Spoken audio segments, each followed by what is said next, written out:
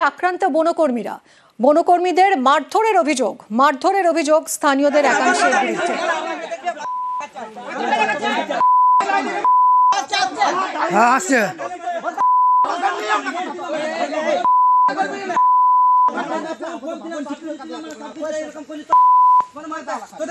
আমার উচিত ছিল নাকি আমরা কাট করতে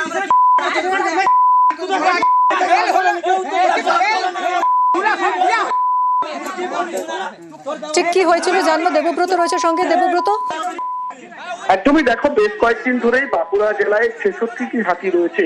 এর মধ্যে 7টি হাতি সোনামুখী রেঞ্জে চলে আসে। ধানসিমলা জঙ্গলে এই কদিন হাতি অবস্থান করছিল। এবার ধানসিমলা জঙ্গল থেকে এই হাতিগুলিকে ড্রাইভ করছিল বনকর্মী অর্থাৎ হোলা পার্টির কর্মীরা।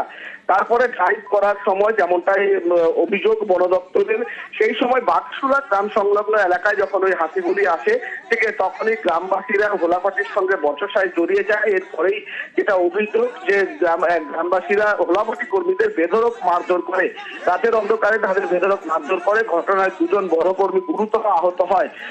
বন দপ্তরের অভিযোগ যে হাতির গতিপথে তারা বাধা সৃষ্টি করছিল। তারা বলতে গেলে তাদের সঙ্গে বচসা হয়, তারপরেই কিন্তু এই ধরনের মারধর করা হয়। এই ঘটনার কথা জানানো হয় সোনামুখী থানায়। তড়িঘড়ি ঘটনাস্থলে পৌঁছায় সোনামুখী থানার পুলিশ। 2 জনকে ইতিমধ্যে গ্রেপ্তার করেছে সোনামুখী থানার পুলিশ এবং এই ঘটনায় আর কারা জড়িয়ে রয়েছে তাদের খোঁজে তল্লাশি চালাচ্ছে সোনামুখী থানার পুলিশ।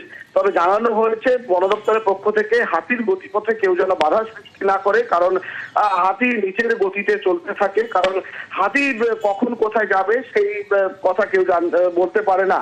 অর্থাৎ হাতি হোলাপাটি টিম তাদের কাজ এক জঙ্গল থেকে অন্য জঙ্গলে হাতিকে ড্রাইভ করে নিয়ে যাওয়া হাতির গতিপথ অনুসারে। এবার সেই কাজ করতে গিয়ে কিন্তু বাধা সৃষ্টি এবং মারধর রক্তপাতের সৃষ্টি। ইতিমধ্যে একজন বনকর্মী কিন্তু সোনামুখী ব্লক প্রাথমিক স্বাস্থ্য কেন্দ্রে ইতিমধ্যে ভর্তি করা হয়েছে। একজনকে প্রাথমিক চিকিৎসার পর ছেড়ে দিলেও ঘটনার তদন্ত ইতিমধ্যে শুরু করেছে পুলিশ। অভিযুক্ত 2 জনকে বিষ্ণুপুর মহকুমা আদালতে তোলা হয়েছে। ধন্যবাদ।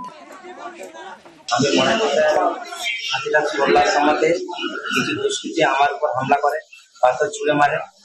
তার জন্য আমাদের 2-1 হোলাপাটির আঘাত হয়। মানে ওদেরকে হসপিটালে নিয়েছিল, তাদেরকে ছাড়া হয়েছে। আমি 2 দিন ধরে এখন বেডে শুয়ে আছি, এখন আমার ছুটি পাইনি। ধানসিমলা জঙ্গলে 7টি হাতির একটি দল ছিল।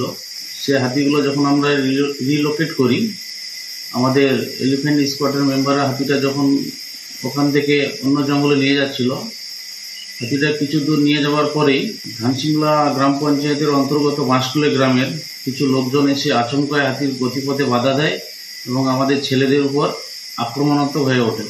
আমাদের 2 জন ছেলেকে মারধর করে।